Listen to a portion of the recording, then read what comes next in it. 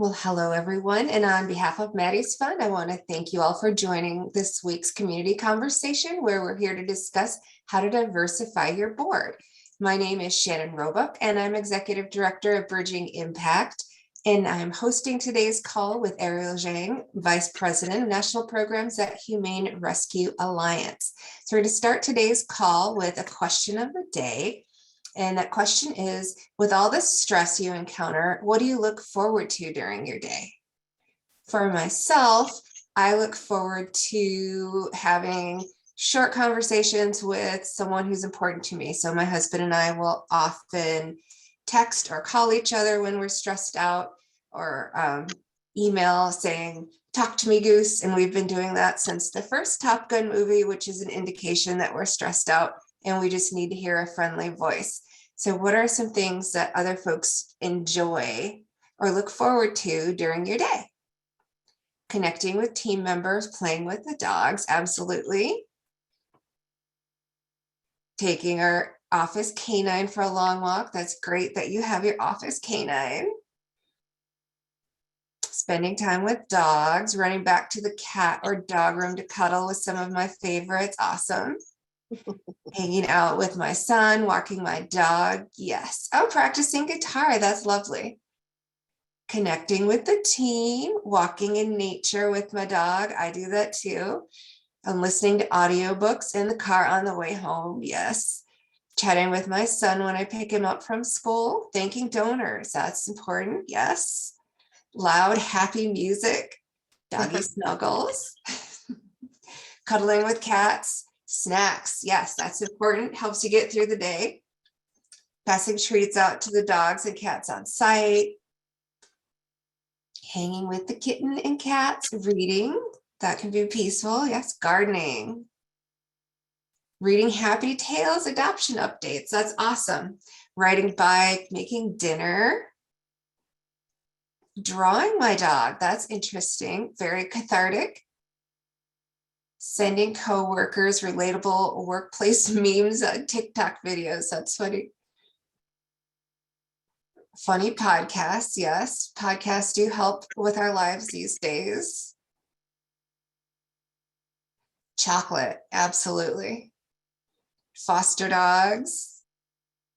Taking dogs to play dates, playing fetch. Oh, I love all of these. And I'm glad that each of you has something to help you get through your day and make life a bit easier during stressful times. Now we're going to open up for national updates, and please feel free to unmute yourself and share.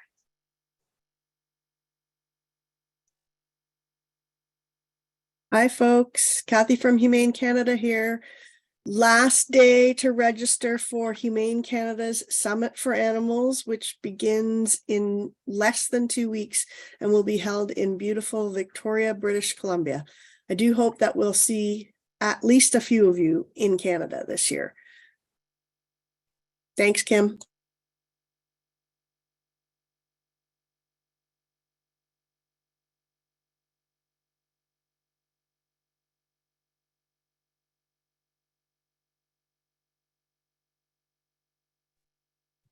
Hello, everyone. This is Vincent from the Human Animal Support Services Project. And I just wanted to remind everybody, we have an upcoming webinar. It's May 9th, so you have plenty of time to register. It is compassionate communication. And we have a panel, Shannon Glenn and myself will be speakers on that webinar. We'd love for all of you to register. Our webinars have really blown up. And so please, we will put the link in the chat, and thank you.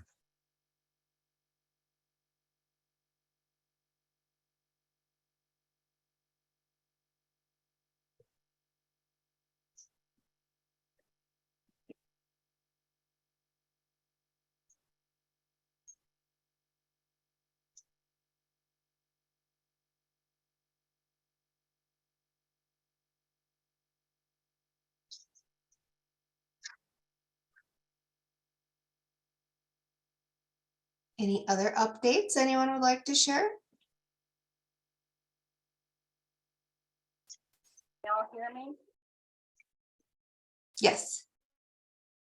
I'm Betsy Ballinger with Cat Action Team based in Central Virginia. We're having a huge fundraiser on May 7th at Castle Hill Cider. I don't know if there's people here in Central Virginia, but if you are, come on out. May 7th, noon to 4. Kittens for adoption, silent auction, vendors. Huge, big deal for us, our 5th anniversary. Thank you. Thank you, Betsy. Would anyone else like to share?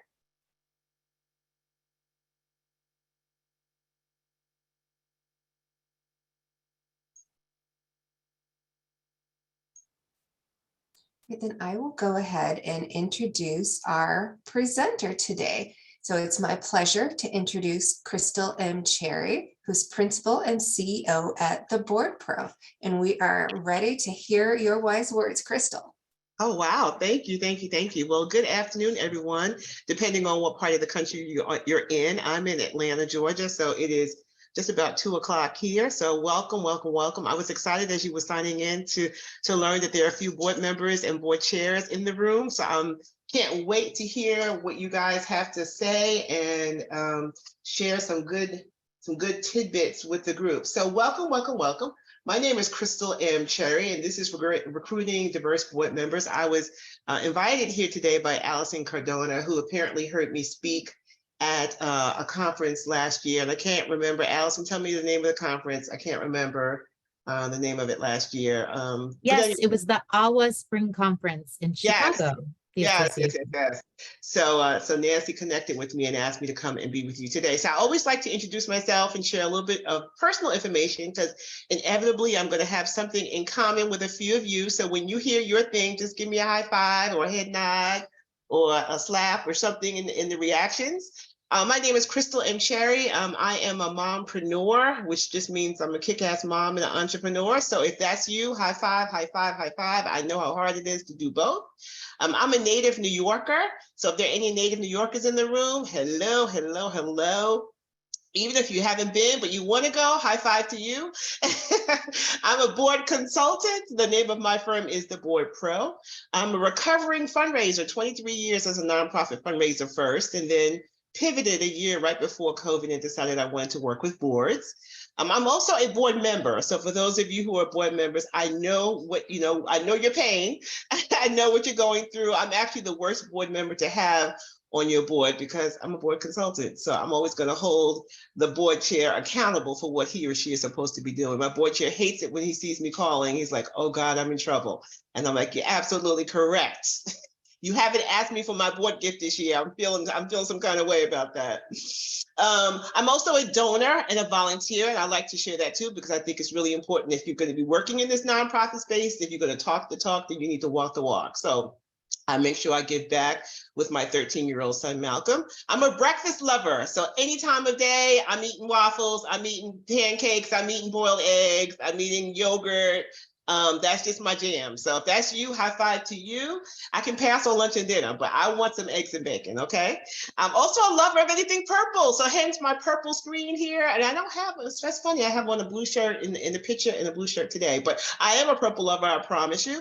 I'm a Leo born in August. So any Leos in the house? Any summer babies in the house? Okay, and I'm also happy this year that I am also an author. In 2021, when all the craziness was happening, I decided to pull out my bucket list. And writing a children's book was something I always wanted to do. And so I just said, I don't know what the hell I'm waiting on. I better get to it, given that people are, leaving this earth like every 5 minutes right now. And so I decided to write a book about my son, Malcolm, and that's Malcolm there on the left-hand side. The name of the book is Mac and Cheese, Being Different is Okay. And it's a book that teaches children about diversity, equity, inclusion, and being different is really okay. And since I do DEI work with boards, and I know how confused and befuddled we are as adults, I thought, well, what the hell are our kids thinking? I must write something for them. And so I wrote this really cute tale about these two little boys who learn to love each other just as they are. And so this is my shameless plug. Go to my website, macandcheese.com, or you can pick it up on Amazon for $12.99. Okay, so I thought I'd go quickly with some trends that are happening in the board space right now in 2023.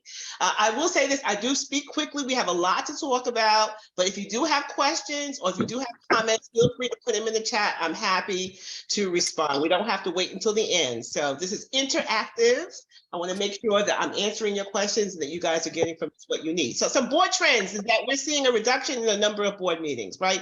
Unless you're a very small nonprofit and you're just getting started, I think people are going from, a lot of people are going from monthly to quarterly just because people are so freaking busy, right? And so we see a reduction in board meetings. We know that hybrid meetings and virtual meetings, of course, are here to stay, like ours here today. Boards are working harder to change the culture and composition of their boards, but both boards are still not representative of the communities they serve. So that we still have some work to do. 78% of board members are white, which is down because 84% of board members were white in 2016. So we're doing a little bit better. We're really starting to diversify, right? The demands of an increasingly complex and fast-moving society is requiring board members to be able to think strategically, respond to a crisis in a quick, fast minute, and know how to be agile, pivot. Remember, agile and pivot were the words in 2020, right? And then we find that younger individuals are also joining boards. We know the average age of a board member is still between 55 and 64, but we're finding that younger people are joining boards. And when they do, the fundraising performance of that board improves. All right, the racial composition. Thought I'd share some statistics about that. Boards are still relatively white, as I've mentioned. 7% of board members are African American, 4% are Hispanic, 3.5% are other.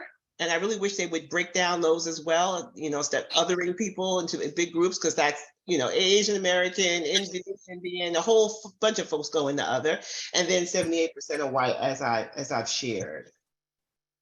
So one of the things I do when I am working with a client, because I do board search, right? So a client might hire me to find diverse board members for them, right? And so what I do is we create a recruitment plan and I come up with, all right, this is what we're going to do. Let's figure out who your nominating committee is. Often it's your governance committee, but sometimes you'll create a nominating committee. And I say a nominating committee is nice because you can invite people who don't serve on your board to be on that committee. You can invite volunteers, you can invite vendors, you can invite alumni, parents, whatever your stakeholder groups are, you can invite other folks to be served on this nominating committee, in addition, staff, in addition to your board members.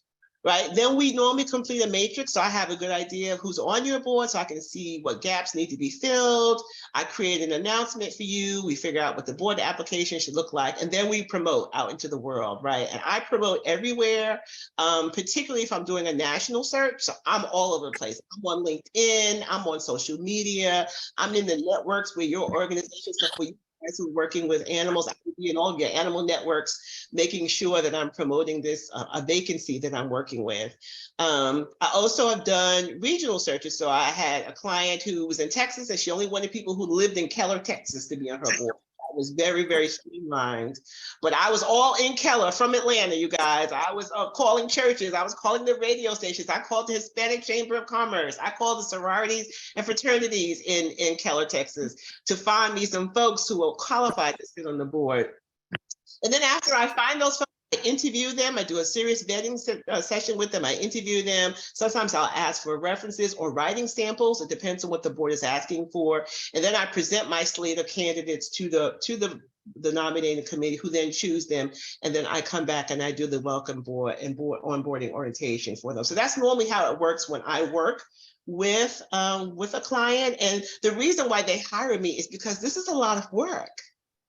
And if you're really going to be intentional about diversifying your board and finding the right qualified people, we don't want to just diversify for the sake of diversifying. We don't just need butts and seats. We don't just need Black people, Asian people, Hispanic people, just so that we can say we check the box, right? We want people who are diverse, but who are also qualified, who sit on our board. And so that's why they bring me in, because I do all of the heavy lifting, because you guys are all very busy and don't have time. And so some questions I say to my board before you start thinking about diversifying your board, I want to know why. Why is diversifying your board is important to you right now? Do you have a race equity culture in your organization? Because if you don't, we need to talk about that first, right? We can't bring people in to diversify the room, and the room has not been diversified, right? We know what that means. We means if the culture has been, been one way, homogenous for 25 years, and now you're going to bring on someone who's Native American or someone who's Black or someone who's Hispanic, it definitely will shift things around. And so we want to make sure that that culture looks right. We want to see if you have a racial equity policy about board recruitment. Is your CEO and executive director willing to reach out to their colleagues to see if there are people of color in their networks who might be willing to serve on the board, right? What is being done to change the culture so that people of color are feeling welcome, included, and who will want to remain on your board? Because we can recruit them all day long, but if they're not welcomed properly and the culture is not allowing them to be authentic and their true selves, then they're not going to stay, right? And then the question is, are people on your board ready to listen and welcome people with different points of view? Because that's what's going to happen, right? When you diversify your board, they're going to bring in their lived experiences, which is very different than maybe how the board has been in the past. So those are some of the questions I suggest that you ask yourself before you diversify. This is just a sample of what a board matrix looks like. This is really not a great one. I just got it off the internet, but it really just helps you to see that when we are trying to figure out who's on our board, we figure out, what gender, age, race, where they're located, whether they represent an underserved community. And then what skill sets they bring. And your board matrix can be as long or as short as you want it to be. I've done matrices where we've asked about religious preferences, sexual identity, a whole bunch of things could be on your matrix. But I just want to give you all a sample of what it looks like, right? And so this is an actual announcement for a former client, Butterfly Dreams, that I did a couple of years ago. And this is an organization that serves young Black girls in New Jersey and New York.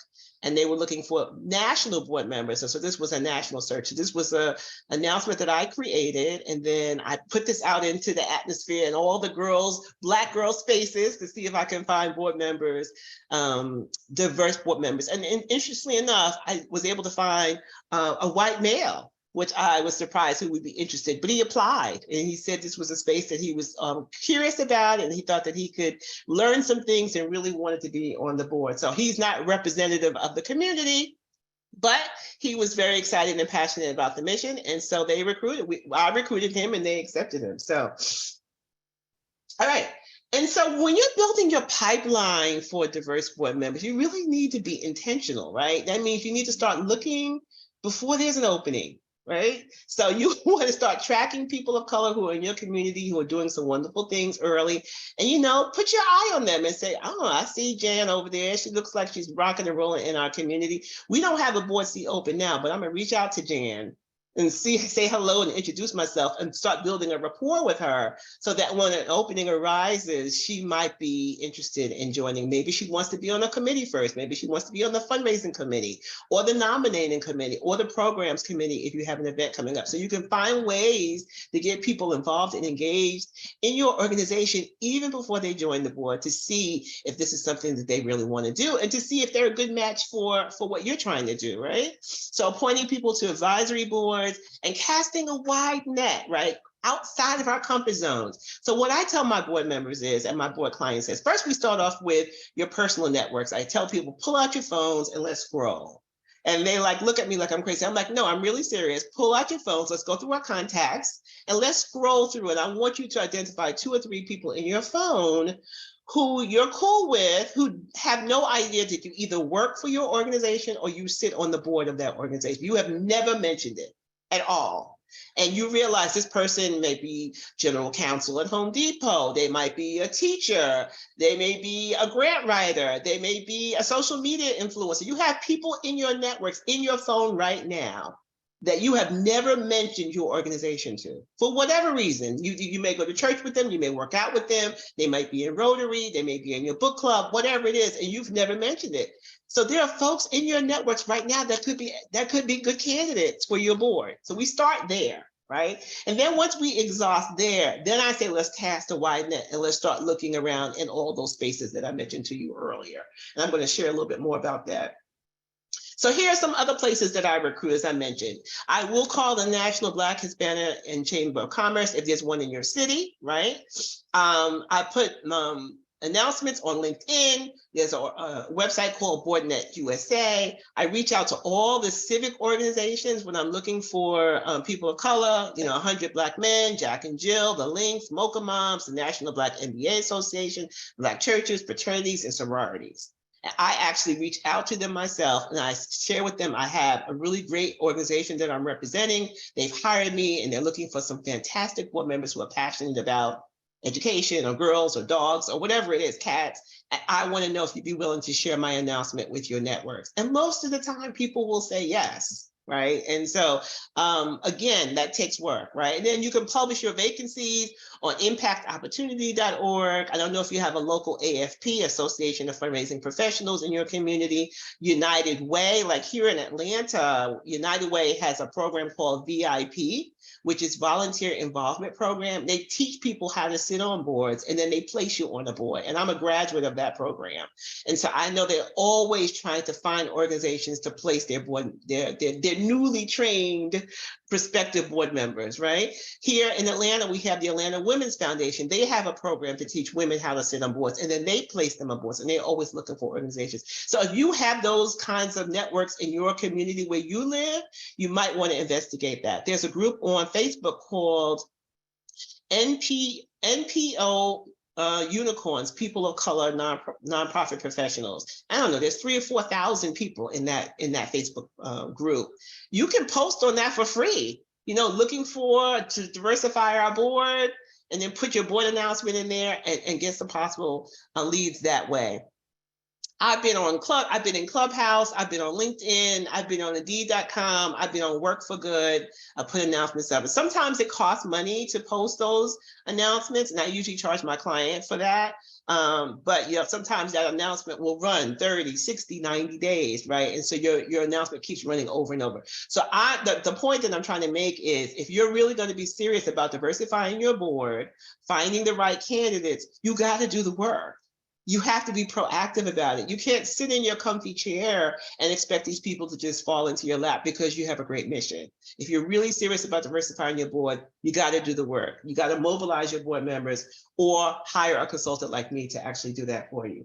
And then once you hire them and bring them on, not hire them, once you invite them and bring them on, then you have to onboard them properly. Make them feel welcome from the get-go, right? Start your board experience with a wonderful orientation. Make sure that orientation happens before the first board meeting, and let them introduce themselves and tell why they decided to join your board. If possible, have some other board members there, some staff members there, so they can just say hello.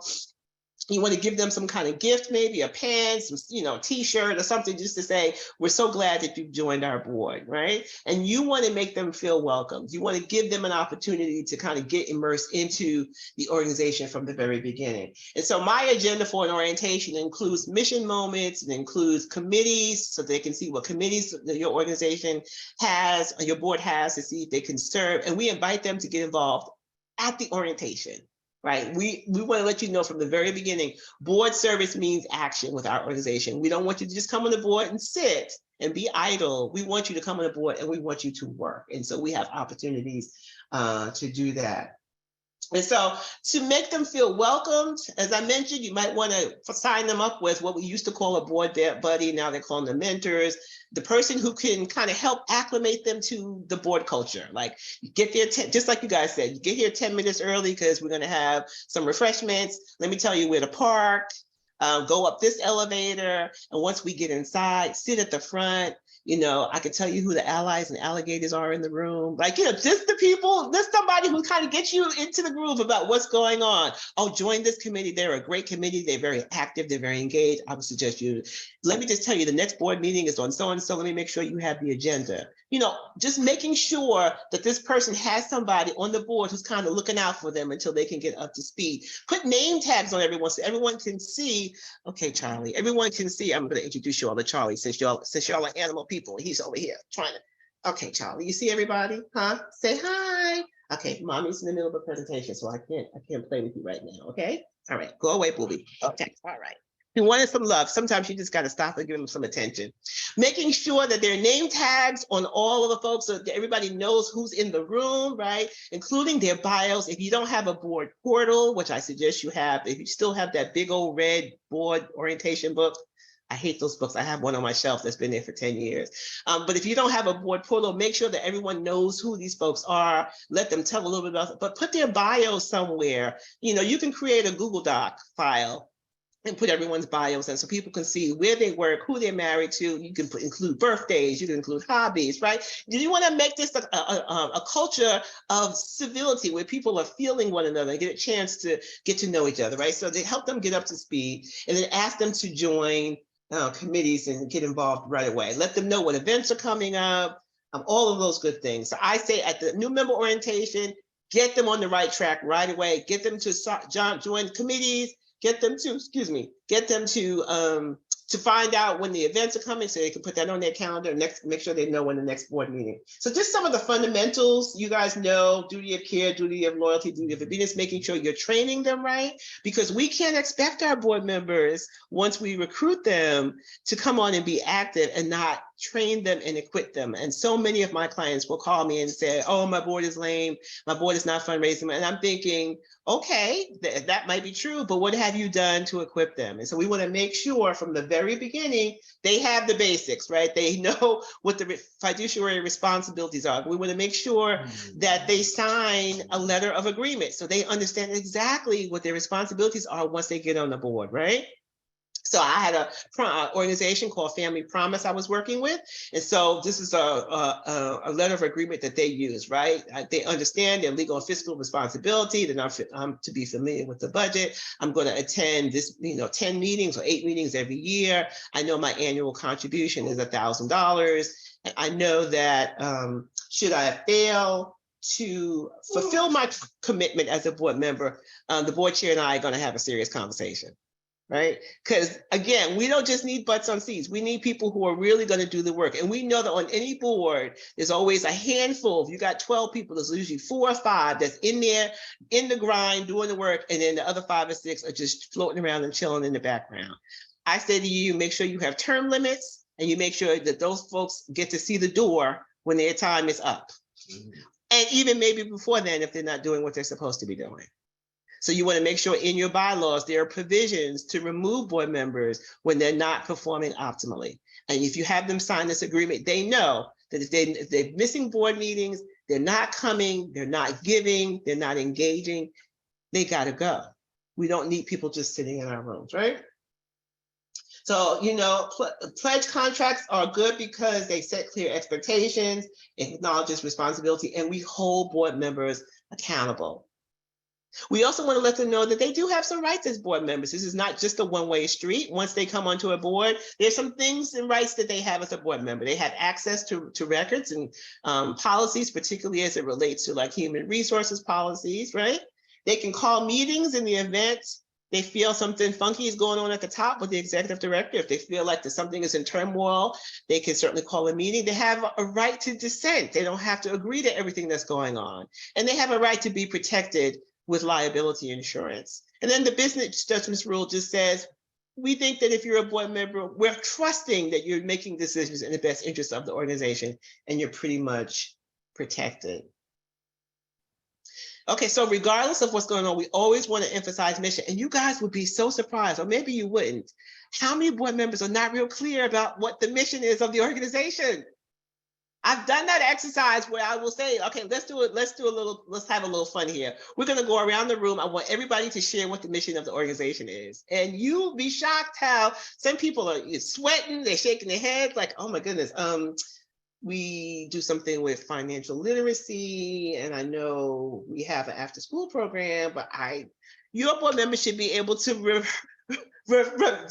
just bring that mission out. It should be on your meeting agendas. It should be at the bottom of your emails. They should know what the mission is. And not only the mission, but the purpose of the organization, right? Because Board Source says that purpose-driven organizations and purpose-driven boards understand the purpose of the organization, not just the mission. So for instance, if you're serving the homeless and your mission is you're going to serve 10 meals per week to homeless people, that's your mission. But what's the root root cause of homelessness? And why is that happening? And how can we work to make sure that we work ourselves out of business, right? So not only the mission of the organization, but the purpose of the organization. They want to feel engaged. They need to have those mission moments. They need to know why the work they're doing is important and why their service, which is free because they're not paid, is making a difference and making the world a better place. So focus, focus, focus on mission. Let me see. Culture, right? Making sure your board culture is right, making sure there are mission moments on the agenda, making sure there's some networking and social time, just like you guys had in the beginning. I liked the question, the icebreaker question that at the beginning was nice. Making sure there's some residual training going on, right? And so on the board that I serve on, I'm the board development chair, and we created something called Board Bites. And so every board meeting, they give me like 5 to 8 minutes on the agenda where I give them just a little bite about board service, whether it's about recruitment, whether it's about conflict resolution, whether it's about fundraising. And so every meeting, they're getting some kind of information, some kind of little nugget about board service. So they don't have to wait until the annual retreat at the end of the year. They're being trained all year long about what being a good board member is, right? And so that's what I do. That's my service on my board, right? So you want to make sure you have some training going on. You want to make sure your board is assessing itself. So individually, the board members can assess themselves. How am I doing? How is Allison doing? How is Shannon doing on this board, right? And then how we collectively are doing as a board. That's really important. And that's a really wonderful engagement tool, right? And you're sending the message that we have goals we know we have to achieve, and we are serious about achieving them. And we want to make sure that we're staying on track, because if we said we had goal A, goal B, and goal C, and we haven't accomplished anything but goal A, either our goals are wrong or we're doing something wrong, right? But we want to be able to get to that before the end of the year. And then you want to have some social time, right? Some board day of giving is always nice. I remember when I served on a board once, we all participated in a walk for another organization. And it was really wonderful. We had T-shirts made with our logo on it, the logo of the organization. We had board member written on the back. And we spent a whole day out walking for, I think it was the Atlanta Jewish Foundation or something like that. They have a hunger walk they do every year. And it was just great. The weather was beautiful. We got a chance to talk and laugh and talk about each other's children. And it was just a nice way for us to bond and give back to community, even though it wasn't our organization, but it gave us an opportunity to bond. So just think about ways that you can keep your board members engaged, right? So these days, everybody's talking about creating brave and safe spaces, making sure that board members can feel comfortable speaking up, even if they don't agree with what's being discussed, and that their opinion and their contribution is valued and respected. Right? No one's rolling their eyes. No one's, rolling their neck because someone has said something that you don't agree with. If someone comes to the board meeting and they have a difference of opinion, that's respected. And then if there is some conflict and tension, it's addressed, right? Because a lot of times we're all being very polite and we don't want to say that someone may have said something to have caused harm, and that does nothing but create more tension. And so we want to make sure that we're addressing our tension. People are encouraged to speak from the heart. And then when we do fumble, there's an opportunity to repair. So this is all, again, you want to diversify your board. You want to bring different voices into the room. You want to make sure that once they get into the room, it's a brave space for them. And so part of that is creating this sense of belonging, making sure that you're using language that's inclusive, that you're not saying things that are maybe precluding groups, right? You want to avoid conversations about boat sizes, and for some folks, everybody doesn't have the same economic privileges that others have. So if everybody in the room is talking about their boats and vacationing in Australia, and that you're just trying to get to to North Carolina so you can lay on the beach somewhere, you can't afford to go to Australia, you might feel some kind of way about the fact that everybody in the room is talking about this and you don't feel a part of. So you might want to avoid those kinds of conversations, right? Acknowledging cultural holidays and making sure that you're acknowledging holidays, not planning any events or meetings around that time, and creating a culture where this difference is accepted, and then holding board meetings at times and locations that are good for everyone, right? So a 7 o'clock in the morning meeting it's not going to work for those moms who are trying to get their kids off to school, right? Or maybe taking care of elderly parents, right? And so we want to make sure that if people don't have cars, we're not way out in the suburbs where there's no public transportation and now folks have to figure out how to get there or not come at all, right? So we just want to be mindful of who's on our board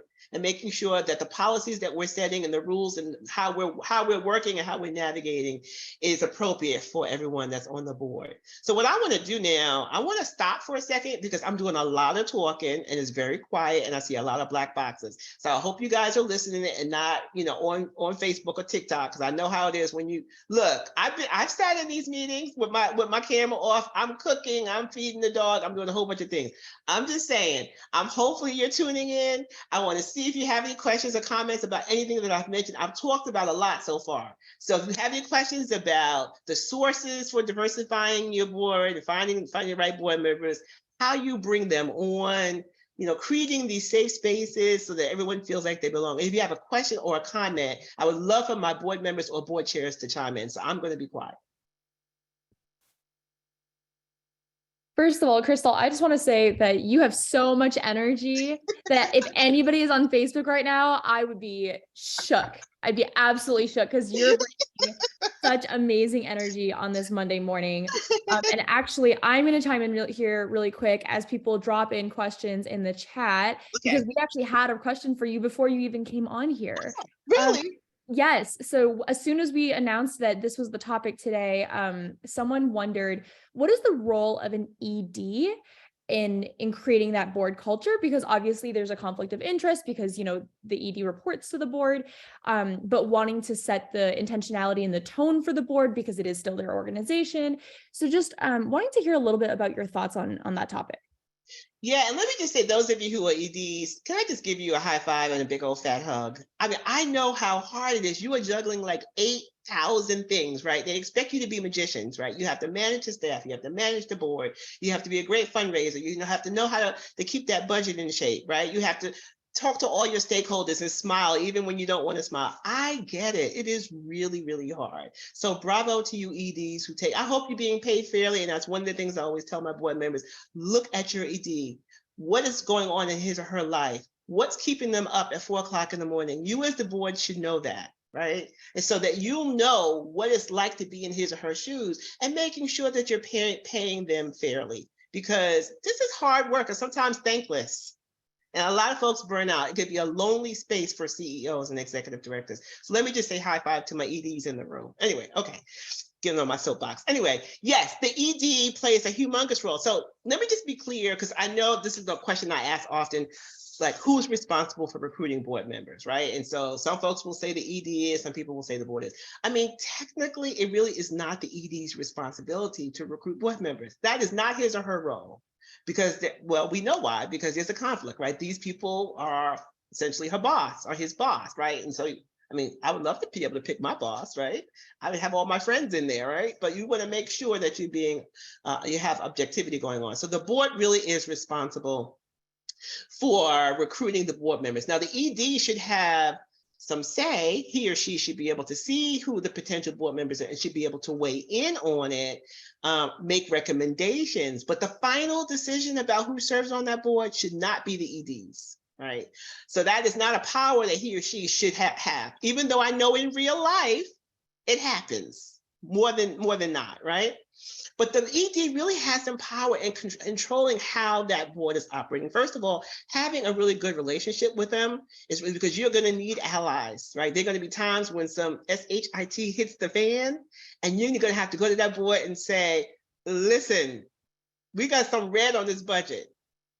Some things have gone down. Walmart didn't bring their gift back this year. So we're $100,000 deficit and we're not sure where we're going to find the money. Like, you're going to have to bring some really bad news to your board members sometime. We had 3 people resign this week. We had some turmoil going on inside the organization. It's not going to be, and you should be transparent. I know too many EDs who walk into a boardroom and present this rosy picture every single time they meet. Oh, everything is going great. We're all doing wonderful. And I'm sitting in the board meeting as a staff person going, are you kidding me? Really? And no one's going to question why we had 12 people resign for real? Board members need to lean in. But anyway, the ED can really kind of manage how this board operates. First of all, by being transparent, not being fearful not being managed up or managed down by fear. You're afraid, well, if I come in and I show them that there's some problems, they're going to fire me, right? You need to be able to go in and say, listen, you've hired me because you trusted me to run this day-to-day operations, and I'm doing my damnedest to make sure that things are running smoothly. Sometimes things go awry. Sometimes things happen that are not in my control, and I have to be honest and transparent, and I have to know that I can come to you with these issues and not fear that I'm going to be fired. Right. And so well, that's what I would say. But, I'm a type A New Yorker, direct. I'm going to say what's on my mind. Everybody is not as comfortable saying that. But I just figured this is where I'm going to work all day long. All my hours are going into this organization. I need to feel comfortable here. I need to feel like I'm being set up for success. I need to feel like I'm trusted and that I can trust them. So the ED is really important in making sure that the people who are coming on the board are people who are going to be engaged and who are going to be supportive of her and interested in making sure that her or his life is easier, right? And once they get them on the board, then they come in when they have board meetings, they can kind of manage up by keeping their board meetings focused on the strategic plan and the goals that are on that plan. And he or she is showing how they're making progress in meeting those goals. So the ED can really manage that board probably more so than he or she thinks that they can. They have a lot of power. But we know that sometimes board members can be prickly, and that's not easy. Anyway, I hope I answered that question. That is absolutely true. And also I love the shout out to the East Coast for their directness. So we have quite a few questions actually in the chat now. So I think there's actually a couple of the questions that maybe could be put together around just setting up a board. How many members? How do you think about expansion? Controlling the culture when you think about expanding? Can board members be married in? Or in a relationship, and that conflict of interest. So yeah, just talk a little bit about kind of like the structure of setting up a board. Girl, this sounds like a 3-hour conversation you're about to get me involved in. Okay, first of all, the average size of a board right now is about 15. Best practices are 7 to 13. Why do you think that is, Ariel? Why do you think it's better to have a smaller board? Because we can make decisions. Hello, the bigger the board, the harder it is to come to consensus, right? So yes, smaller board, 7 to 13 is what we suggest. 15 is average. Down though, from 19, like 95 and 96, it was like 21 was the average size. So boards are shrinking, which I think is a good thing. So average size 15, I would say 7 to 13, depending on the size of your organization and your budget. What was the other question? Because there was a lot of questions in that one question. So the size. Can people be married into the board or be in a relationship while they're on the board? Yeah, you have to, that's why bylaws are so important. I just talked to an organization there's all kinds of funky things going on with boards right now. Everybody is challenging status quo. I just talked to an organization where they have married couples who share one seat. That's a whole new vibe, right? I never heard anything like that before, but it's written in their bylaws, right? That a married couple can share one seat and they count as one vote. So sometimes the husband can make the meeting, sometimes the wife can make. Hey, whatever works for you. Okay, that's not best practices, but if that's what works for that organization, again, check bylaws for conflict of interest. I would be a little leery about a husband and wife being on the board at the same time, because you can't be objective. If your wife is saying something and, that's funky, of course, you feel like you have to stand up for her. And then people are like, you're just saying that because that's your, this is a lot going on. So I would say if you can stay away from married couples and stuff and relatives on boards, it would make sense. But you have to check your bylaws, and that's something your board decides. Amazing. I'd love to also hear a little bit about what your thoughts are on about like the new junior board trends or young professional boards, non-voting boards that graduate into the parent board. Yeah. And they're rocking and rolling. Let me tell you, these young people, they come in and they want to get their hands dirty. We baby boomers, we're all reserved, we just want to come in and really just govern from afar. But these young folks are coming in and they're not scared to ask. Like I said, they're not scared to ask for money. They think differently about how we communicate with one another. They want to have different kinds of events. They don't want that stupid 7 a.m. breakfast at the World Congress Center. They don't want the rubbery bacon. Well, I might want the bacon because I'm a breakfast lover, but they don't want the rubbery bacon and the eggs, right? They want to go to breweries, right? They want to go have a brew after work, right? They want to do something fun. They want to have yoga in the park, for crying out loud. Could you see my old butt on the lawn doing some yoga? We just think differently, right? But I'm just telling you, these folks who are coming in, to these younger folks coming in, they have creative ideas. They know about technology. And that's the other thing us old farts refuse to do, is embrace technology, right? And we know these days, if your nonprofit is not using technology to communicate with donors, to making sure those pledges are being refilled, to communicate with them about events, giving them opportunities to engage in social media, all those things, you guys are going to be left behind. So young people, absolutely a wonderful way, pipeline for those who maybe not ready to serve as board members, but we're creating them, we're molding them, we're giving them opportunity to engage. And when that board seat opens and they're ready, we can just move them right in, right? Beautiful. Succession planning. Yes. Here's another question in the chat here. They are just flying in now. So another one that says, a couple of the nonprofits that I've worked with have had long established boards without term limits that tend to skew older without term limits. Do you have any recommendations on increasing diversity with a board that may be resistant to change? Oh, geez, guys, we need some alcohol for these conversations. Okay, wait a minute. So if your board is resistant, okay, let me tackle the first one first. Okay, term limits are absolutely essential. And I know so many organizations that either don't have them or have them and don't adhere to them. And they're struggling. Because, if you look around the room, and no offense to my elders, but if everybody in the room is 85 years old, I'm just saying, it's time for some folks to go. After about 7, 8, 9, between 7 and 10 years, it's time to bounce. You've done the good work. You're a do-gooder. Your spot is reserved in heaven. It's time to go. Let some other folks come onto the board. I know people will say, well, they have institutional history, they're retired, so they have the time, they're passionate. There are ways they can stay on the board, stay involved with the organization without being on the board. They can join the advisory committee. They can become an emeriti board member.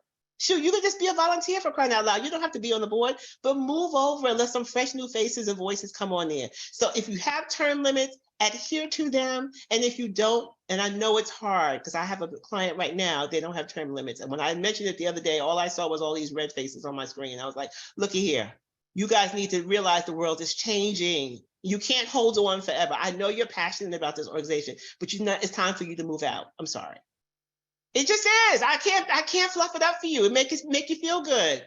It's time for you to go.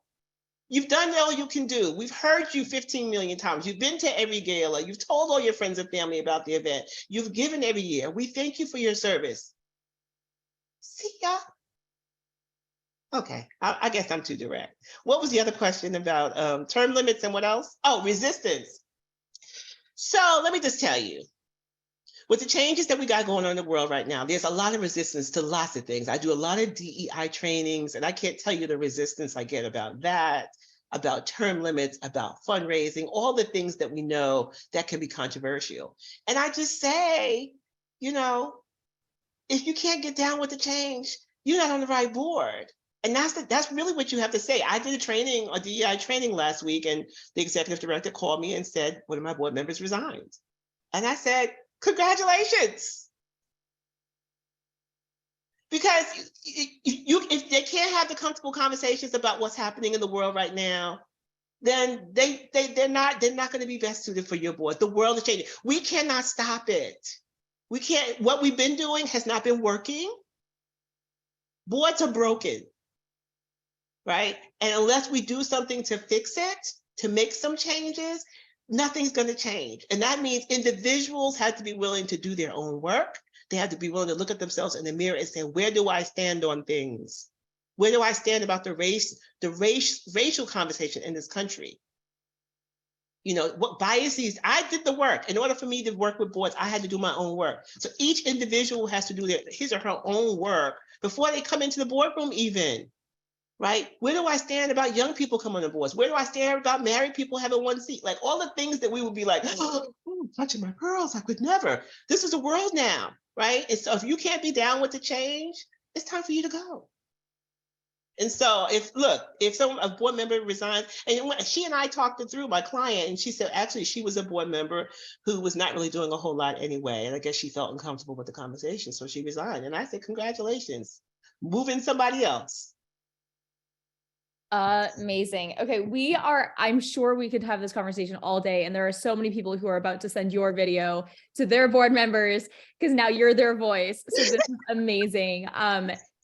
I you want me to finish the presentation, or you just want me to answer questions? What do you want me to do? want you to finish the presentation, but Okay. I think we have like maybe 2 more minutes, Okay, and let me then we run. can continue the conversation on Maddie's Pet Forum after the call. Okay, let me roll through this quickly, okay? I mean, and like I said, we could talk, this could be a 6-hour training, and I do those, by the way. So if you're interested in hiring me, get with me. But okay, so once we get them on board, right? We welcome them, we oriented them, we get the culture right, everybody's feeling warm and fuzzy. Now we have to teach them some things, because guess what? These are amateurs we brought onto our board. They're not trained fundraisers like I was, right? I 25 years doing it. Most people who come on our boards are not trained fundraisers. So we have to train them. We have to give them what they need. That means they need to be clear about that mission. They need to know what the case for support is. Why should I care about your organization? And what will happen to your organization if the organization folds? Why is it matter, right? They need to see what that annual report, so they can see what's happening, who's bringing money in. They need to know what the fundraising goals and the budget of the organization is. And if someone gives you a gift, I always ask my board members, if your organization receives an anonymous $1 million gift today, how will that money be best spent? And you should see the blank spaces. You don't know the needs of the organization? Everybody should at least say 2 or 3 of the same things. We need more staff, we need more software, we need more, whatever it is. But if you're clueless about what your organization needs, okay, you should have compelling stories that they can tell. Help them, practice with them. If you have fundraising staff, practice with them on how you should approach people who might be interested in supporting the organization, right? Because people are out and about, they're going to the gym, they're in Kroger. I might run into you in Kroger, Hope, and be like, girl, what are you up to? And you're like, I'm on this wonderful board. And I might say, oh, okay, well, tell me about it. You need to have your 2 or 3 things right off the top of your head that you can it should just come out of your mouth about your organization, and be ready to tell me how I can get involved and get engaged, right? So make sure there's some compelling stories. You want to make me cry, you should be offering me tissues before we leave about the wonderful work that you're doing, right? Teach them what to ask for, how to ask for it, and then who at the organization, if they have a question that they can't answer, well, listen, I can't answer that question, but I know that there's someone at the organization who can answer that question. Let me either connect you with him or her, or I'll have them give you a call. Maybe it's Tanya, maybe it's Joseph, right? And remind them that thank you are important words. So once you make an ask and they make a donation, to thank them. As I mentioned earlier, give them an opportunity to volunteer together, ways to engage, because all I hear about is how do I keep my board engaged? Give them an opportunity to volunteer together. Right? Create a board survey, get some feedback from them about how you're doing. Are we using your skills optimally? Do you feel good about serving on this board? What can we do to make your board experience a better one? Right? Making sure you give them an opportunity to give some feedback, right? So I'm going to give you a quick scenario. All right, and then we don't have a whole lot of time. Okay, so here are my 3 guys here. This is Norman, Edward, and Keith. I just thought I'd have some fun with this. All right, so Norman's your board chair, Edward is your governance chair, Keith is your prospective board member. He is a person of color, right? So here's the situation. You got Norman, Edward, and Keith in a room. They're meeting with Keith because they think he would be good to serve on their board, right? Norman been on the board 4 years, Edward 3 years. Norman's a real estate developer. He's well liked. He's a donor. Keith is kind of quiet. He's a professor at a local university. This guy, Keith, is a prospective board member of color. He's been at Wells Fargo for 15 years. He just won the biggest big deal ever. And he's never heard of your nonprofit, but he's agreed to meet with you all about it. And so here are my questions, and maybe you could just put them in the chat. How should the governance chair and the board chair start that meeting with Keith? What other things might they want to know about Keith, right? That they don't know about? How do they respond to Keith if tokenism is brought up, right? What are the implications for how this is handled and what's hard about this? So you can speak up or put it in the chat, and then I can roll out of here, Ariel and Allison, if I don't have enough time. But I just wanted to give people an opportunity to think about this, because this is the conversation, right? You got a prospective board member in front of you. You want to tell him or her about your organization. Right? They might be the first person of color or one of few people of color on your board. How are you going to handle it? These questions. And so what say you? Anybody? There's 175 people on this call. Somebody wants to talk. Let me hear from you.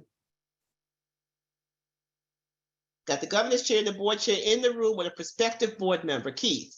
He's a big wig at Wells Fargo, been there for 15 years, just closed the biggest deal the bank has ever had. And he's never heard of your organization, but he's interested. What should you do? Come on, don't make me call on somebody.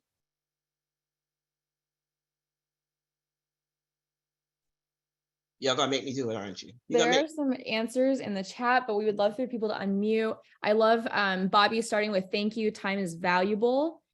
Yes. What made him interested? What is he interested in supporting?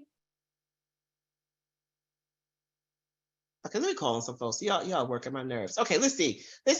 Lisa Pierce, are you on? I'm just calling you out randomly. You have a cute little dog in your picture. Lisa, are you on?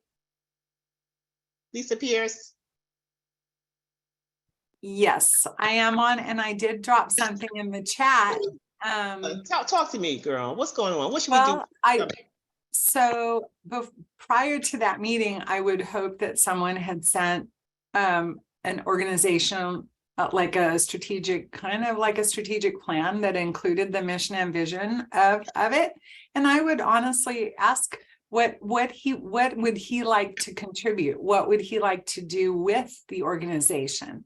You know, because the person that's sitting there, their time is extremely valuable. And of course you start with a thank you, but you know, I mean, everyone brings their uniqueness to the table. So, you know, it's a listening opportunity because clearly it would be a new component, right? A new dimension to the whole board. So yes. I don't know, I'd be very solicitous, but I would hope that prior to the first meeting that they would have given this individual some introduction. Okay. Do we have any males on the line? I'd love to hear from a male about Mark Neff. Are you on the line? Tell me, what would you do?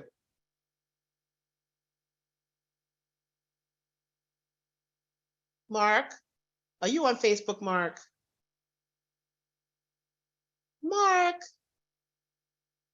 Oh man, we've lost Mark, you guys. Another man. What about, as I saw Vincent? Vincent, what would you do?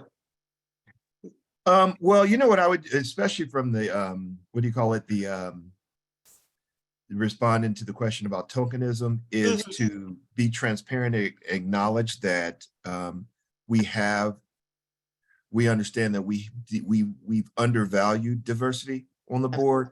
Yes. And that, you know, we have recommitted ourselves to making diversity a priority for our board.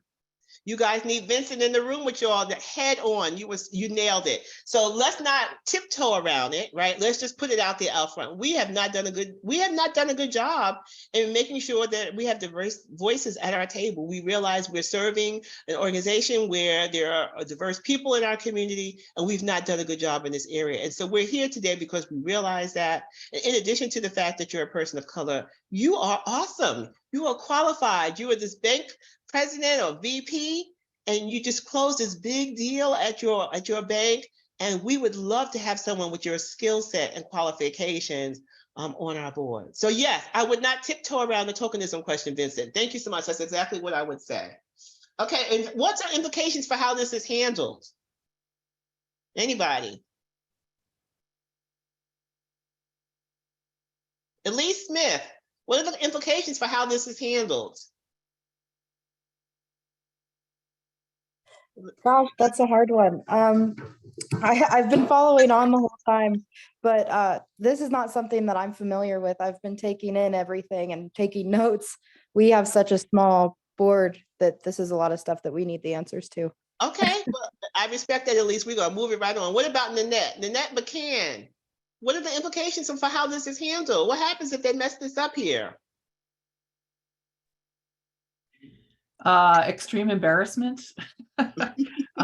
Could create a bad name for themselves within a community. Definitely they're going to feel like they can't go further because they've messed up, and now what do? So they're going to be hesitant to try again. Yeah, I mean, this is hard work. Tell me why you think it's hard.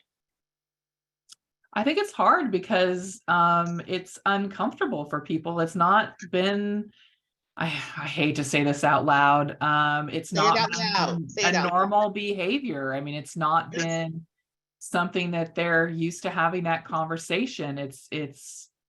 Yeah, I mean, it's it's a difficult conversation for some people to be able to have, and not something they're used to having.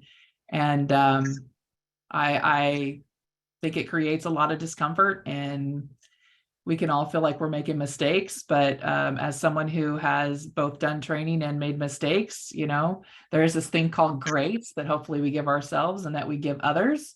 So it is definitely work we can do.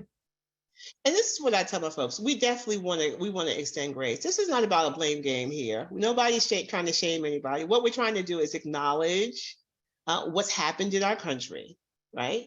Some of the past that we've had has not been past that we're proud of. As a result of what's happened, some people have been harmed and hurt. Some people have not been afforded the same privileges as other people. And we acknowledge that. That's all we're asking for. There's nothing we expect you to do particularly, you know, to change it. We want you to, you know, to speak up when you see injustices happening. We want you to move over to make space and let other people lead and share some power. But, you know, I always tell my folks, we're not here to make anyone feel bad. We're here just to be honest and transparent about what's happened and what we can now do to make things better. But we can't pretend it didn't happen. So anyway, Christal, it's I'm good what done. you I'm said. gonna, because I know I'm over. So if anyone wants, I'm going to share a copy of the presentation. I'm sure I probably have some other good juicy stuff on the rest of those slides, Ariel, but because I know time is limited, I'm just going to share the presentation with you all. You can share it with those in the group who want it. And if you have any questions, you can reach out to me at hello@theboardpro.com. That's my email address. And my website is theboardpro.com. So I had a lot of good, juicy information to share with you all, but I wanted to make sure the questions you had were answered. I'm hoping the information was helpful. Christal, and I think I speak for everyone when I say that we all hope that you come back and do more of this. And we will continue this conversation on Maddie's Pet Forum. Thank you so much to Christal and everyone for attending the session today. And I hope everyone has a great week. Thank you. Bye, guys. Have a good weekend. Good day. Oh, today's Monday. Have a good week. Bye.